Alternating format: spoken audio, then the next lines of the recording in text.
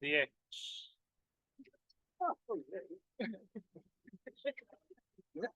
Yes, sir. Good. Excellent. Everybody's good. A lot of guys have mentioned quick. Yeah. That they you guys want them to make quicker decisions. Has that been kind of an emphasis? Yeah, I think not always wait for the pick and roll. Like I think we're a high volume pick and roll team, which is great. Like I love pick and roll. You know, it's a big part of the NBA. But you know, I think there just can be more of a balance, right? So, um, you know, that's drive, kick, game, spacing, but not always 10 seconds left. We're going into a pick and roll. We have other things we can do. It's off ball screening, right? You know, you're allowed to cut, like in the old days, right? And that's listen, I do think the game's evolving, ball movement, player movement, where it might have been was it 5, 6 years where it was just pick and roll in space. Yeah. But there's a lot of other things you can do in basketball. So I think that variety it's really variety. So don't think, oh, we're not going to play pick and roll. No way. It's just a piece of it. And just individually, Dean Wade's kind of had a varied role this season. Mhm. What do you see his role? More than catch and shoot. Like I love Steve Novak. Remember Steve Novak? Yeah. I love it, but Steve was catch and shooting. He's one of the best in the, but Dean's that type of shoot, but I definitely want him to do more. Want him to get 6'9.5", cut. Yeah. At 6'9.5", go rebound. I think there's more. I just see more in there. So really, and again, we're not going to make that crazy shift, right? We still got to embrace his strength, but can we add a few more things to his game? Talked about you joked about the coaches doing player development Yeah. seconds ago. Alex Morrow was hired as a director of player development. Yeah. He has a very unique approach. Yeah. Why was it so important to bring in someone like that?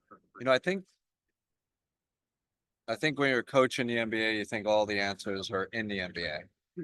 There's actually people doing a lot of great things outside the NBA. So I definitely think I've always been one that sought, what are people, doing outside? And he was one of those, part of a small circle that had, maybe it was a different way of thinking and quite honestly matched with a lot, the way I thought about development so yeah, it's been a great addition. Definitely different approach. Definitely not the traditional approach. Really glad to have him. How do you think it's helped the team so far? I think we'll judge that with long-term results, right? Because when you do, when you have a different approach, especially in the NBA, the first thing is like, whoa, like, what is this? What are they doing? So it's getting the buy-in from the staff first, and the players. But you gotta have a conviction. You gotta believe in it, right? And you gotta sell your staff and your players on it. So we're still in that process. The games are gonna reveal if it's quote unquote works or not. But we definitely have a pretty unified philosophy on where we're going with this. You've been in so many different places. How do you pair it all together? You want to steal from this, you want to take from this, you want to put your own stuff in? How do you put it all together this time around? Dave, it's the biggest challenge. If you say, what's the number one challenge? How do you have this wealth of information, especially when you've been in the league a while, especially when you have experience, and how do you pare it down? Yeah. Right. And how do you pare it down where it fits your team, Right. your personnel, right? But I can take things from, I definitely can cherry pick stuff. Yeah. In Golden State, we played with two bigs a lot, Loon and Draymond. Mhm. Not saying that's JA and Evan, they're kind of different, but there are definitely some things you can. We talked about, my experience in France and how we approach attacking a switch. It's different from the NBA. And I can definitely take some things from that experience. But yeah, paring it down is is, and that's where me and we have these discussions. Yeah.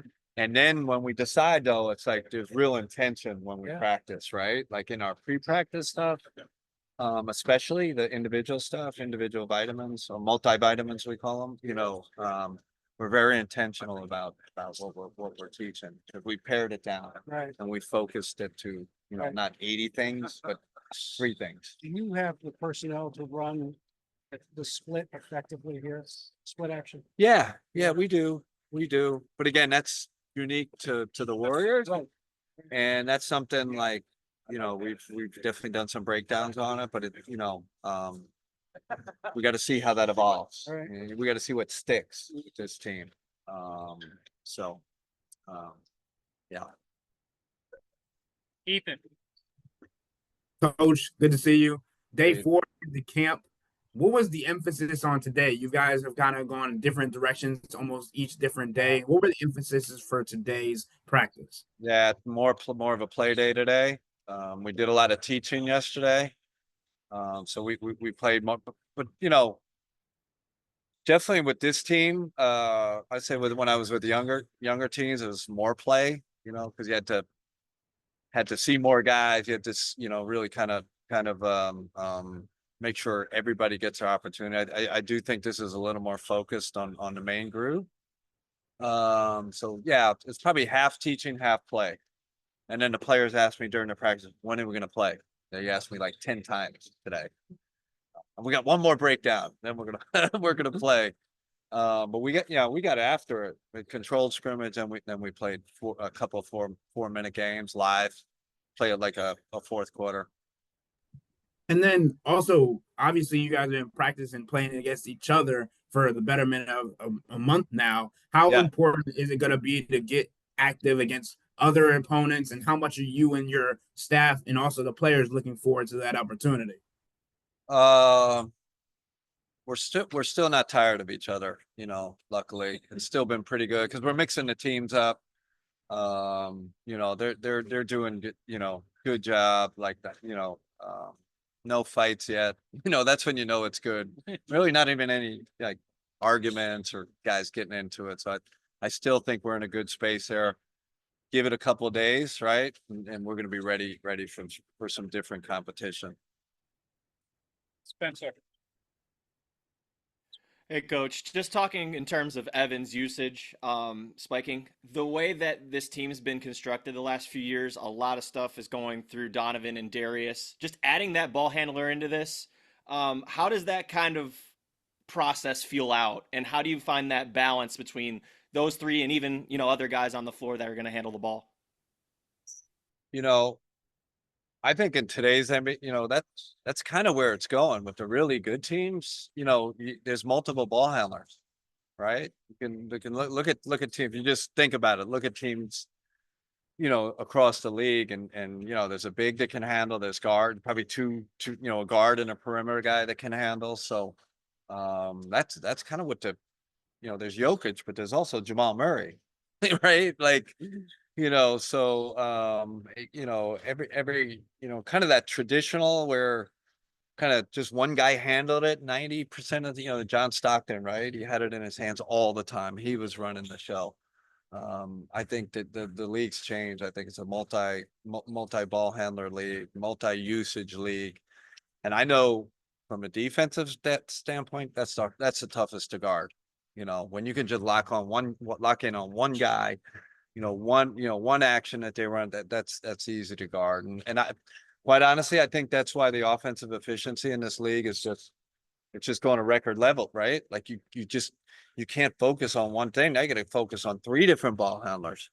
And that's really difficult to guard. So we want to get to that point where you got Donovan, you got Darius, and you got Evan. Now you got kind of the 3-headed monster.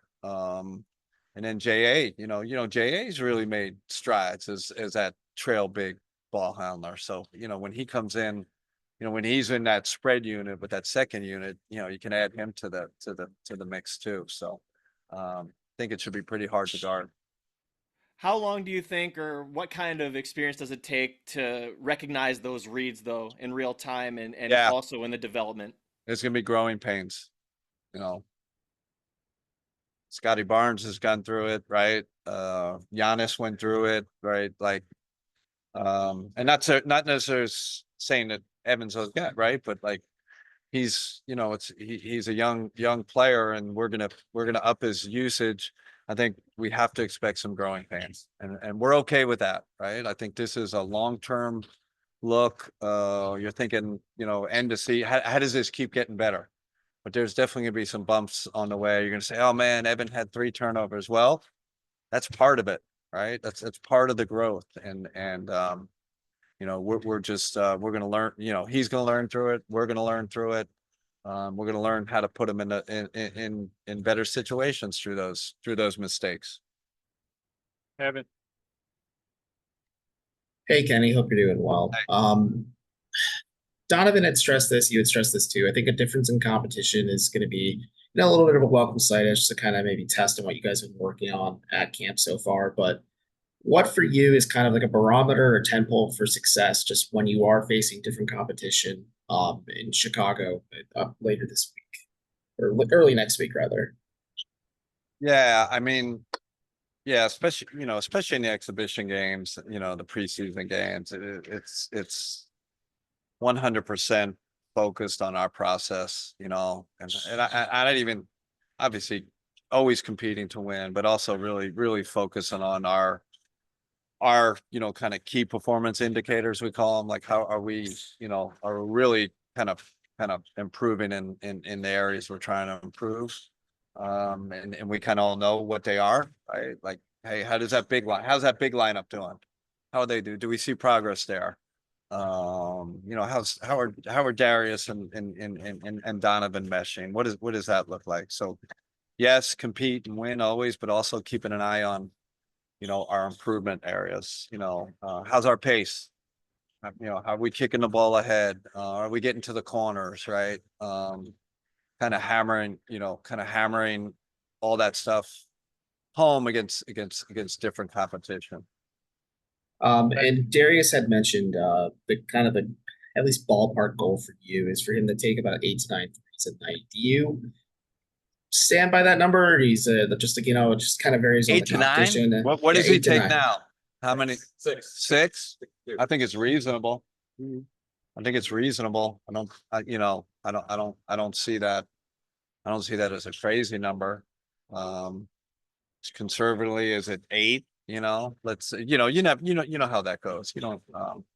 I'd love, but the other part of that, I'd love to look at, when I look at the second spectrum data, like he's getting, 10% more open shot, that's going to be part of our job as a staff. And we're already stressing to our bigs, we got to be even a better, we're good screening. We got to be a great screening team, to get those guys shots, because we got 2 of the best shooters in the league.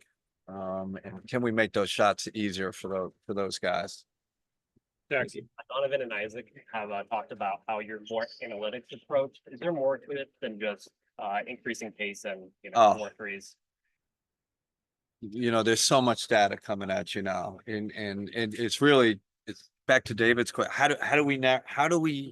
do we narrow all this great data down? What was the one I'll give you an example. Jared Allen is in a 97th percentile in offensive rebounding percentage. That's incredible. But there's a lot of nuance, but what's your next question after that? Well, how does he rebound when him and Evan play together? Right? Yes. Well, and then there's layers behind that, and then what's the lineup around him? So this stuff can never stop. But just one single question, one single analytical answer, kind of leads to another. And from my perspective, I'm looking like, well, how can that help the team? But and what's tied to that? And then from a development standpoint, like what does that look like? I'm a coach C, working with Jared or Evan. Now, when Evan's on the court alone, like the rebounding numbers aren't great. For me as a coach, I can use those numbers. And man, you could really help us by when we are in that spread line up here, and if we need you to rebound more, right? Because you are in the second percentile, or whatever. So it's fascinating. It's one of I really enjoy it. And everybody says, "Oh, you really?" I'm more interested and curious than an expert, if that makes sense. Yeah. Joe, Kenny. Coach, Yeah. that's what I think, Coach, kind of a personal question. Yeah. As a head coach, when your staff, when your players have questions, need advice, they go to you. As a head coach, who do you go to when you might need advice or? have Oh questions? man, I have so many mentors in the business, that's a great thing about the NBA. That's a great thing about coaches. They are open and sharing. Like if I call Greg Popovich about something, he'll give me an answer. I call Bud, I call Mike D'Antoni, I call, any Rick Adelman. Like I text with Rick's fourth and all-time wins and I have this a group that I can always call. And then I have assistants that I've worked with in the past that I respect, and I'll call them. So yeah, Kenny, you were with Ty Jerome in Golden State. Yeah. And he went through a lot last year. Yeah. Cavs only played 2 games, so but still kind of getting a feel for him. Does he look like the guy from Golden State to you? How's better. really? Better. He's really, if you want to open gym / first 3 days of training, he's been one of our top players. Just been really, he's shooting the heck out of the ball. I think, and he's shooting it freely and without hesitation. I think I told him in Golden State, I used to say, hi, like you're a really good shooter. Like you got to let that thing fly, right? Like that's is the new NBA. Like, so he's letting it fly and he's making them.